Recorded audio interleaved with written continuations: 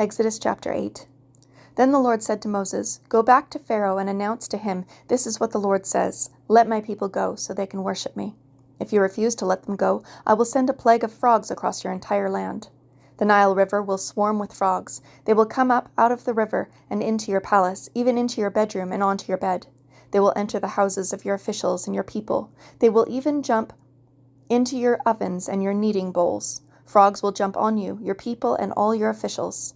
Then the Lord said to Moses, "Tell Aaron, raise the staff in your hand over the rivers, canals, and ponds of Egypt, and bring up frogs over all the land." So Aaron raised his hand over the waters of Egypt, and frogs came up and covered the whole land. But the magicians were able to do the same thing with their magic. They too caused frogs to come up on the land of Egypt. Then Pharaoh summoned Moses and Aaron and begged, "Plead with the Lord to take the frogs away from me and my people. I will let your people go so they can offer sacrifices to the Lord." "You set the time," Moses replied. "Tell me when you want me to pray for you, your officials and your people. Then you and your houses will be rid of the frogs. They will remain only in the Nile River." "Do it tomorrow," Pharaoh said. "All right," Moses replied. "It will be as you have said. Then you will know that there is no one like the Lord our God. The frogs will leave you and your houses, your officials and your people. They will remain only in the Nile River." So Moses and Aaron left Pharaoh's palace, and Moses cried out to the Lord about the frogs he had inflicted on Pharaoh. And the Lord did just what Moses had predicted. The frogs in the houses, the courtyards, and the fields all died. The Egyptians piled them into great heaps, and a terrible stench filled the land. But when Pharaoh saw that relief had come, he became stubborn. He refused to listen to Moses and Aaron, just as the Lord had predicted. So the Lord said to Moses, "Tell Aaron, raise your staff and strike the ground. The dust will turn into swarms of gnats throughout the land of Egypt." So Moses and Aaron did just as the Lord had commanded them. When Aaron raised his hand and struck the ground with his staff, gnats infested the entire land, covering the Egyptians and their animals.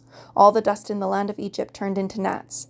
Pharaoh's magicians tried to do the same thing with their secret arts, but this time they failed, and the gnats covered everyone, people and animals alike. "This is the finger of God," the magicians exclaimed to Pharaoh. But Pharaoh's heart remained hard. He wouldn't listen to them, just as the Lord had predicted. Then the Lord told Moses, "Get up early in the morning and stand in Pharaoh's way as he goes down to the river. Say to him, 'This is what the Lord says. Let my people go so they can worship me.' If you refuse, then I will send swarms of flies on you, your officials, your people, and all the houses. The Egyptian homes will be filled with flies, and the ground will be covered with them. But this time I will spare the region of Goshen where my people live. No flies will be found there.